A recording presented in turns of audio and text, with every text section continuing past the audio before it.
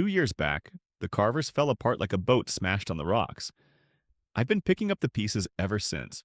Phone calls that go to voicemail, Christmas cards nobody opens, anything to stop us from turning into strangers.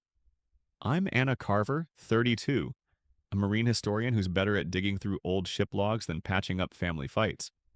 I get by in Portland, teaching college kids about sunken galleons, but my real job is keeping the Carvers from drifting away. So I set up a weekend at our family lighthouse on Maine's rough coast to scatter Mom's ashes. Carver Lighthouse isn't just a pile of stones, it's Mom's whole life. A tower she kept burning through storms and bills. A place where we run tours and a small museum. I figured one weekend could pull us back together. Man, was I wrong? The lighthouse hasn't changed. It's a stubborn stack of gray granite, stuck on a cliff where the Atlantic pounds the shore.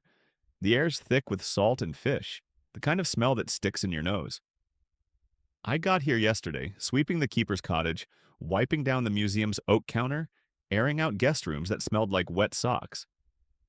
I kept stopping at Mom's picture above the fireplace, her hair a mess from the wind, hands scratched from fixing ropes, eyes saying she trusted me to hold us tight. This weekend's for her. For us. I could see it. Dad nursing his coffee, telling stories about Mom's first big storm, James, my brother, popping open a bottle of apple cider, Lily doodling the cliffs in her sketchbook. Even Uncle Owen, Mom's brother and part owner, might drag out memories of them as kids, racing across the rocks. I wanted us to feel like a family again, even for a couple days. Then I found something in the storage room that flipped everything upside down. I was poking around last night looking for Mom's old logbook, thinking we could read her words at the memorial, let her voice tie us to this place. The storage room's a mess, boxes of busted lanterns, ropes tangled like seaweed, the air heavy with rust and damp.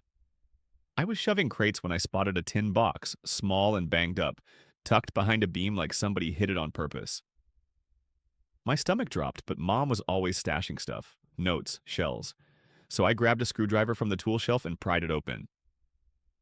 Inside was one sheet of paper, a deed, written in Mom's careful handwriting, dated a month before she passed. I sat on a box, the paper heavy in my hands, and read it, every word hitting like a punch. Anna, it started, if you're reading this, I'm gone. The lighthouse is our blood, yours to keep standing. James faked papers to sell it to developers, taking half the money, even though he swore he'd protect it. The proof's in the ledgers hidden here. He'll do whatever it takes to get his cut. Watch him. He's not who you think. Love, Mom. Faked papers? I leaned back, the deed creasing in my grip. Carver Lighthouse was Mom's everything. She fixed the lens herself, scrubbed every wall, fought to keep it lit when the Coast Guard wanted it shut down. It's worth a fortune now, a prize for developers sniffing around for condos. But we've been bleeding cash on taxes and upkeep since she died, and I thought it was just bad breaks. James, though?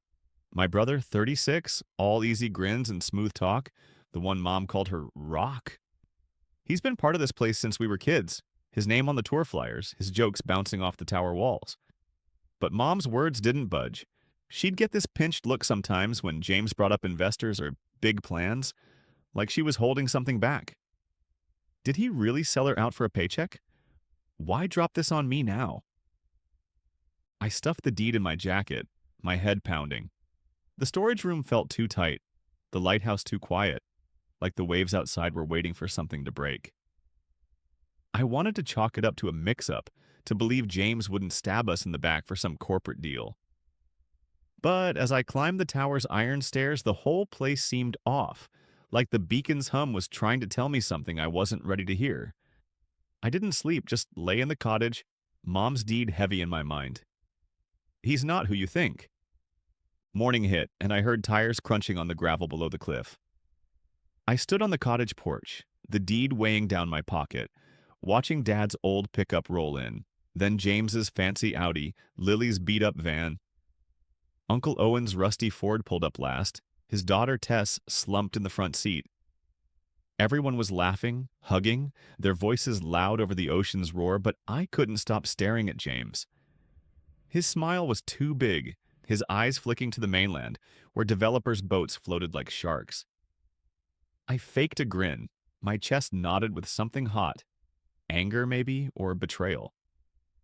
Play your game, I thought, because by the end of this weekend, I'm pulling your lies into the open, and it's gonna hurt.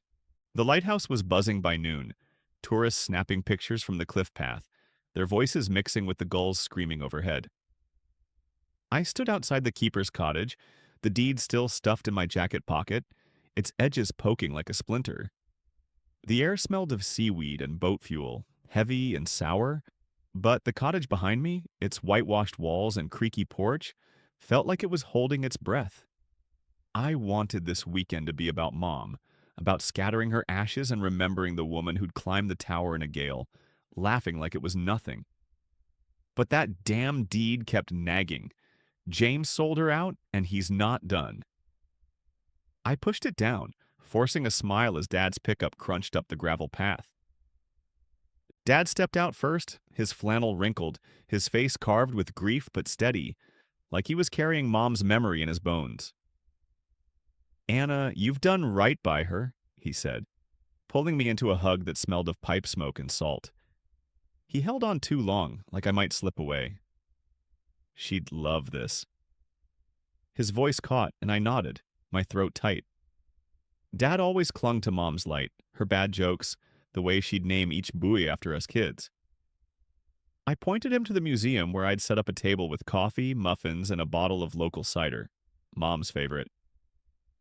James rolled in next, his Audi kicking up dust. My brother, 36, all slick suits and sharper edges, a corporate type who'd traded the coast for Boston boardrooms. He didn't hug me, just flashed a quick grin, his phone already buzzing. "Place looks solid, Anna," he said, but his eyes slid to the mainland, where a developer's boats bobbed like vultures. James hadn't been back since Mom's funeral, always too busy with his real estate deals. Last time we talked, he called the lighthouse a money sink. I bit my lip, nodding toward the cider. He poured a glass, barely glancing my way, muttering about profit margins. Classic James, more dollars than heart. Lily's van screeched in after, splattered with paint and rattling like it might quit. My sister, 29, hopped out, her blonde hair in a sloppy braid, sketchbook under her arm. "God, this place is alive," she said, grinning, but her eyes were sharp like she felt the storm brewing. Lily, the dreamer, always wore her heart on her sleeve. She hugged me tight, then spotted James's car and frowned. "Mr. Big Shot's here," she muttered. Lily never trusted James. Said he cared more about bank accounts than family. I shrugged, trying to keep it light, but her words stuck like damp sand. Uncle Owen's Ford pulled up last. His daughter, Tess, 24, slouched beside him. Owen, 60, moved slow, his fisherman's tan deep, his smile warm but guarded.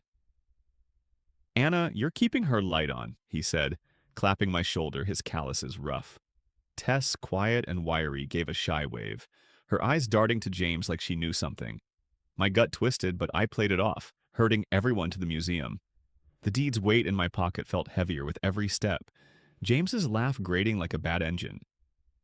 Inside, the mood was bright, at least on the surface. The museum's stone walls were hung with Mom's old charts, photos of her and Owen grinning on the cliffs, back when the lighthouse was just a dream. Laughter bounced around, Dad telling a story about Mom burning a batch of chowder, Lily sketching the view. But I couldn't settle. I kept watching James, his charm cranked too high like he was selling something.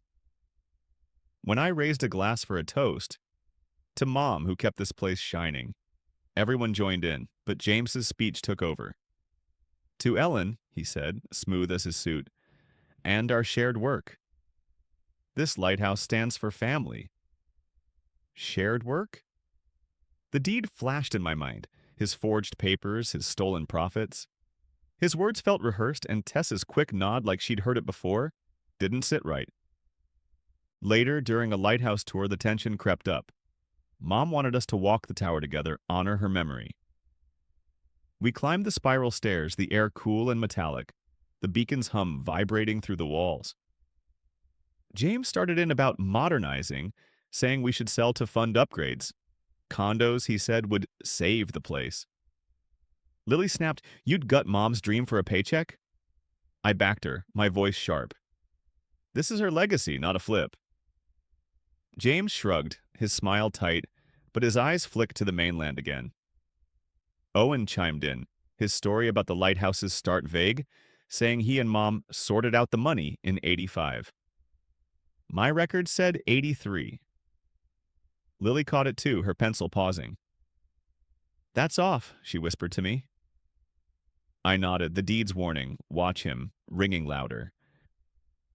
That evening I overheard James on the cottage porch, his voice low on a call. "Yeah, we're finalizing the sale," he said, pacing. "Just keep it quiet." My blood went cold. I ducked behind the door, heart pounding, the deed's truth sinking in. He was moving fast, developers already circling. I slipped to the museum after dinner, telling Dad I was checking the logs. The logbooks were stacked in a cabinet, their pages yellowed. I flipped through, my fingers quick, and found it. Entries showing James redirected tour profits to a personal account. Thousands siphoned off since Mom died. The numbers matched the deed's claim, explaining why we couldn't pay the taxes. I shut the book, my jaw tight, and found Lily sketching by the fire. "Lily," I said, voice low, "James is screwing us." I showed her the logbook, the deed still hidden in my pocket. Her eyes narrowed, but she hesitated. "He's our brother, Anna. You sure?" I nodded. "He's selling the lighthouse. I heard him." She sighed, her pencil snapping in her grip. "Fine, I'll watch him, but you better have more." I agreed, knowing the deed alone wouldn't convince Dad. I needed proof nobody could argue with. That night, I couldn't sleep. I wandered to the tower, the deed heavy in my jacket, the ocean's roar loud through the walls. Something moved outside the storage room. I froze, peering through the dark. A flashlight beam swept the door, James alone, his coat flapping, searching the lock like he knew what was inside. My mouth went dry. Was he after the deed? I ducked behind a crate, watching him curse and slip back to the cottage. My fists clenched, the deed crinkling against my chest. Whatever he was hunting, I'd beat him to it, and when I did, he'd answer for what he'd done to Mom. The lighthouse stood stark under the Saturday morning sun, its granite tower cutting into the gray sky, waves slamming the cliffs below like a warning. I leaned against the museum door, the deed still in my jacket, its words like a bad taste I couldn't shake. James's flashlight in the storage room last night kept looping in my head. He was hunting for something, and I'd bet my last buck it was the ledgers Mom mentioned. The cottage buzzed with breakfast chatter, Dad's low laugh, Lily's pencil scratching, but it all felt like a front. I needed answers, and I wasn't waiting for James to slip up again. I ducked out after breakfast, telling Lily I was checking the tower's lamp. Instead, I headed to the engine room, a cramped space below the beacon, stuffed with gears and oil cans, smelling like grease and salt. The door groaned as I pushed it shut, the air thick with dust and the faint hum of the lighthouse's heart. I started poking around, moving crates, looking for anything tied to James's scam. The deed said ledgers, but my gut told me there was more. Behind a stack of fuel drums, I found it, a small safe locked tight with JC scratched on the front. James Carver. My pulse kicked up. This had to hold the rest of his lies. I ran my fingers over the lock, knowing I'd need tools to crack it, but the sight of his initials lit a fire in me. He wasn't covering his tracks as well as he thought. The family dinner that night was like walking a tightrope. We sat in the cottage dining room, the oak table piled with grilled fish, roasted potatoes, and Mom's favorite cider. The windows rattled with the wind, the ocean's roar sneaking through the glass. On the surface, it looked good. Candles flickering, Dad telling a story about Mom fixing the beacon in a blizzard. But the air was heavy. Lily, across from me, kept glaring at James, her fork stabbing her plate. "You ever think about what Mom wanted, James?" she said, her voice sharp. "Or is it all about your bank account?" James leaned back, his suit jacket open, his grin too smooth. "Come on, Lily. I'm keeping this place alive. Anna's the one clinging to a dead relic." His words hit like a slap. and I gripped my glass, fighting to keep my face blank. Dad raised a hand, his voice tired. Enough, both of you. We're here for your mother. But his eyes were dull, grief sapping his strength, and James just smirked, like he knew he'd won the round. I caught Tess's eye, Uncle Owen's daughter, sitting quiet at the table's end. She'd been watching James all day, her hands twisting her napkin. After dinner, I pulled her aside in the museum, away from the others. "Tess, what's going on?" I asked, keeping my voice low. She flinched, her braids swinging, but her eyes met mine, nervous but clear. "James told me to shut up," she said, barely above a whisper. "Said he was meeting developers, working out a deal. He got mad when I asked why. Said I'd lose my cut if I talked." Her voice cracked, and she looked at the floor. "I didn't want to help him, Anna." I swear I nodded, my anger shifting to James. Tess was just a kid, 24, caught in his net. Her words were another nail in his coffin, and I wasn't letting him wriggle free. I went back to the engine room later, under the guise of checking the fuel. The safe was still there, its lock mocking me. I grabbed a crowbar from the tool shelf, my hands sweaty, and wedged it into the seam. The metal groaned, then popped open, spilling papers onto the floor. Bank statements, dozens of them, showing James funneled Lighthouse profits, tour money, museum fees, into a personal account for years. Thousands, maybe tens of thousands, siphoned off while we scrambled to pay bills. Tucked inside was a folded note, Mom's handwriting faint but sure. I unfolded it, my chest tight, and read, "Anna, James's greed will sink us." The statements prove it. Confront him before he sells. I'm sorry I left this to you. I sat back, the paper heavy in my hand, anger burning low in my gut. Mom knew, and she carried it alone. The lighthouse tour that afternoon was supposed to be a high point. Dad's idea, a climb to the beacon to honor Mom. We gathered by the tower's base, the air sharp with salt and foam.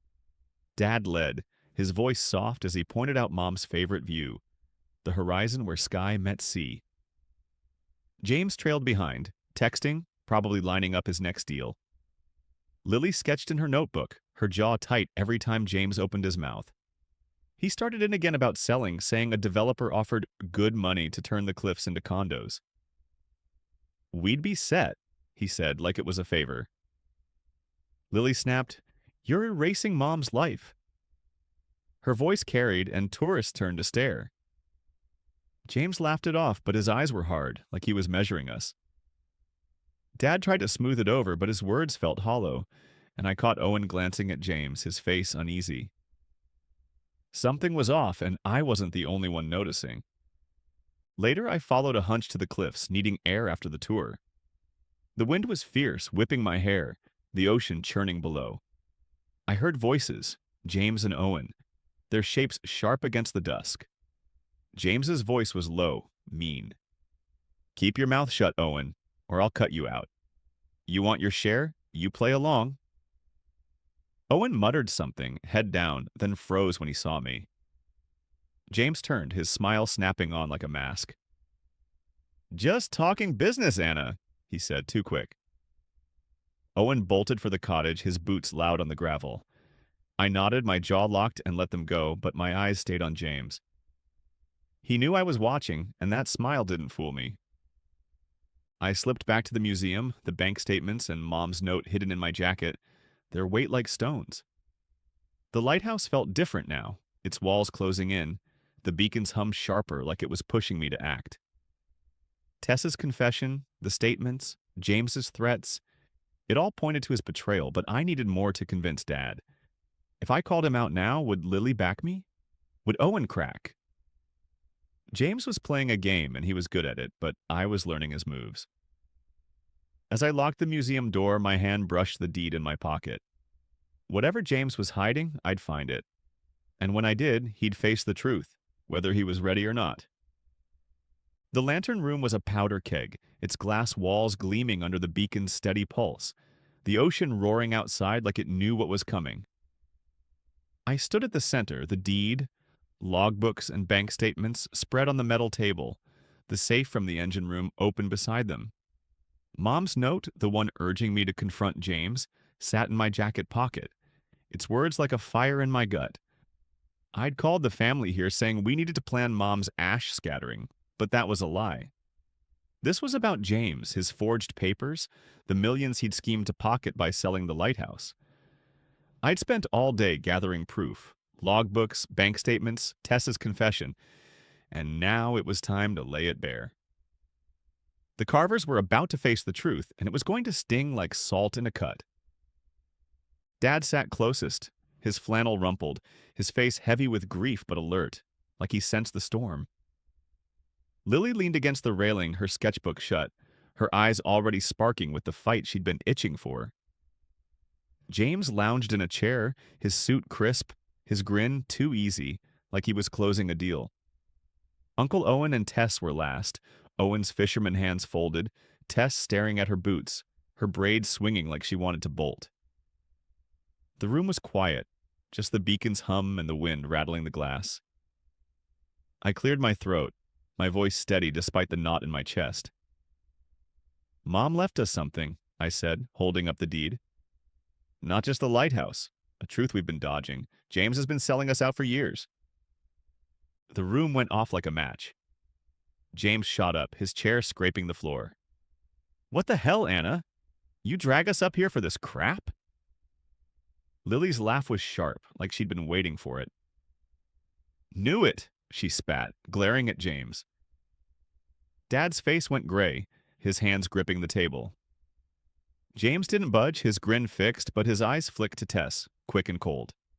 I pushed forward, reading Mom's note aloud, my voice cutting through the noise. James faked papers to sell the lighthouse, taking half the profits, even though he swore he'd protect it. The logbooks show it. He's been siphoning tour money, leaving us with bills Mom never caused.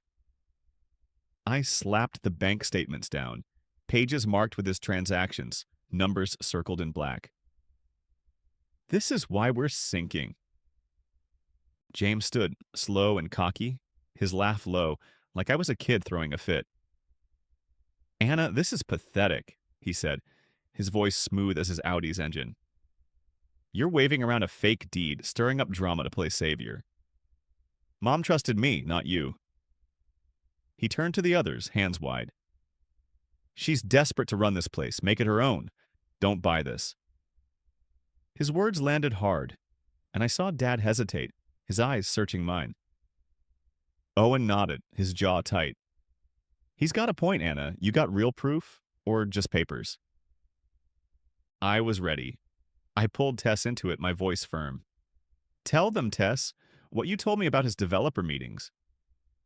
She froze, her face pale, but James's stare was a knife. "Tess, don't!" he snapped, but she stood, her hands shaky. "It's true," she mumbled, her voice small but clear. "I saw him with the developers. He said it was a done deal, told me to keep quiet or I'd get nothing." The room went dead quiet, like the air had been sucked out. Dad's mouth opened, no sound coming. Lily slammed her fist on the table. "You greedy bastard," she hissed at James. James's grin slipped just for a second, but he doubled down. "She's lying," he said, his voice climbing. "Mom and I kept this place afloat. I earned my share."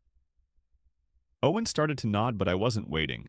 I grabbed the crowbar I'd stashed under the table and moved to the safe. "Let's see what you're hiding, James," I said, jamming the bar into the lock. It popped open with a creak, revealing a stack of emails, printed chats with developers, signed by James, detailing the sale of Carver Lighthouse for condos. No family approval, no Mom. Tucked inside was another note, Mom's writing faint but sharp. I handed it to Lily, my voice low. "Read it." Her hands shook as she unfolded it, her voice cracking as she read aloud.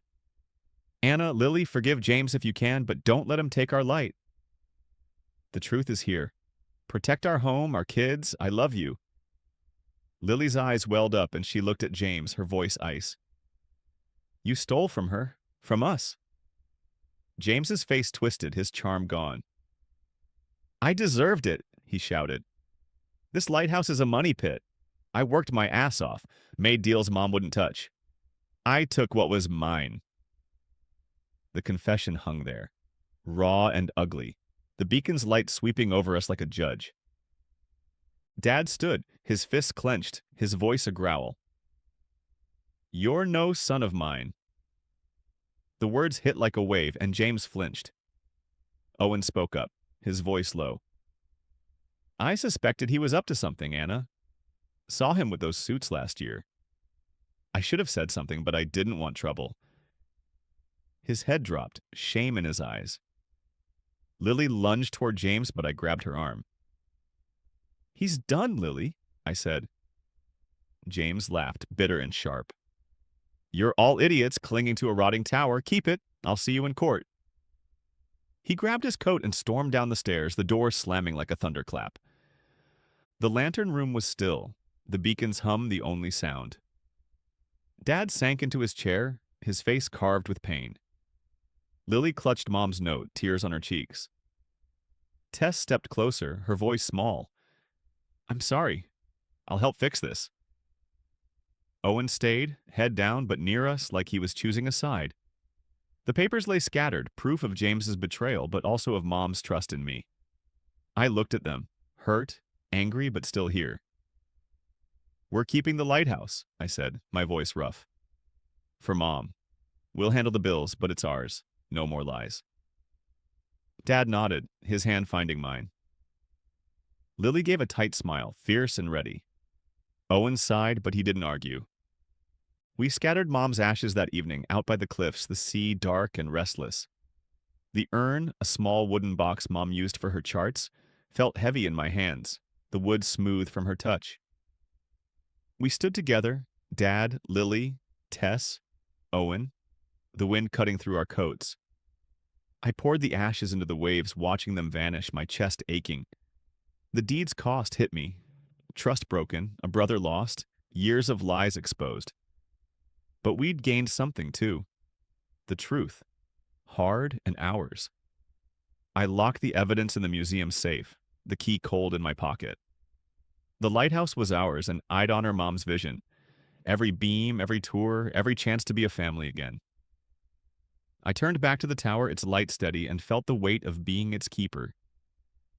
James was gone, but we weren't. For Mom, for us, I'd keep fighting. The lighthouse stood quiet now, the kind of quiet that settles after a gale, when the air feels fresh but heavy with what's been lost. James's Audi was long gone, its taillight swallowed by the Maine dusk days ago.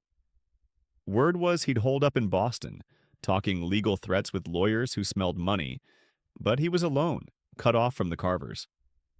The lighthouse kept on, its beacon sweeping the coast, steady as Mom's heartbeat. I leaned against the cottage porch railing, the October wind sharp through my sweater, watching tourists wander the cliff path, their cameras clicking. The ocean roared below, its waves curling like they carried Mom's voice. We'd faced James's betrayal, and it cost us. A brother, a piece of our past. But we were still here. That meant something. Tess stayed. She'd hung around after the lantern room showdown, head low, offering to scrub the museum floors.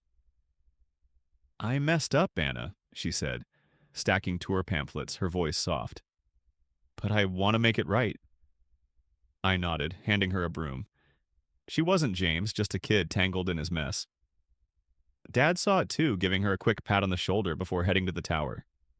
He was different now, less weighed down, like he'd found his footing again. "Your mom would be proud," he told me, his eyes clear for the first time in years. "You held the line." Lily, still raw, was already planning, sketching a mural for the museum, something to honor Mom.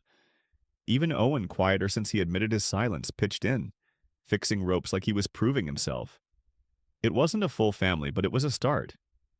The next morning, I took Mom's ashes to the cliff's edge, where she'd watch the horizon.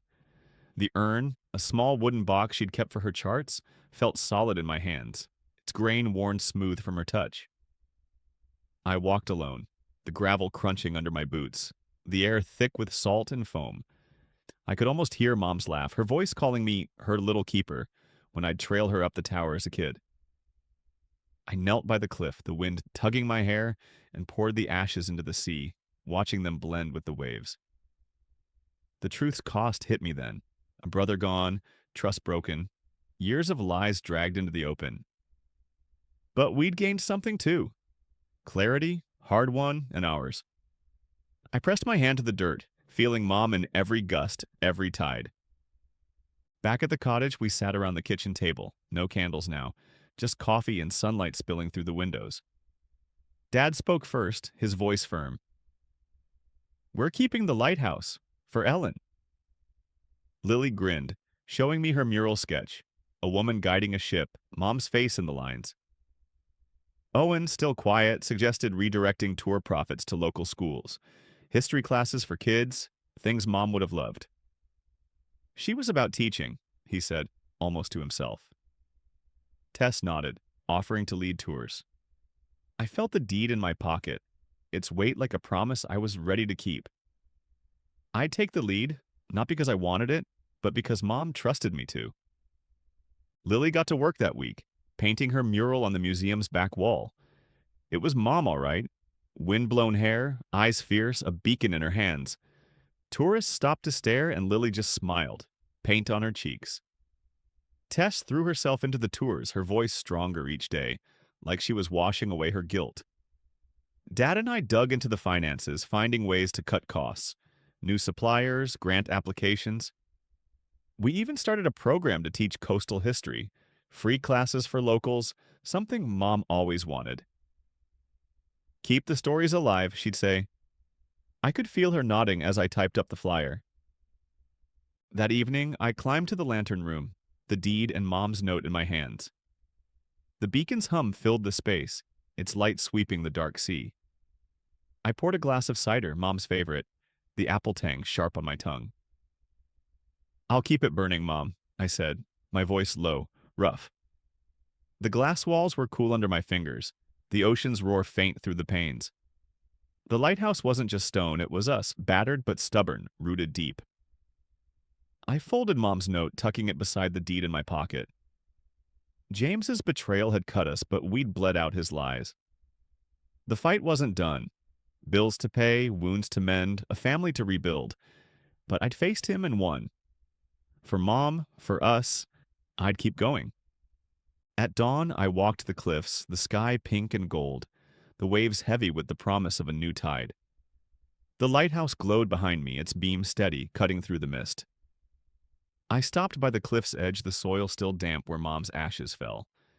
The ocean stretched out, endless and alive, each wave a piece of her dream. I started down the path plaintext, my boots kicking up gravel, ready for whatever came next. A new chapter was kicking off, and I'd make damn sure it was ours.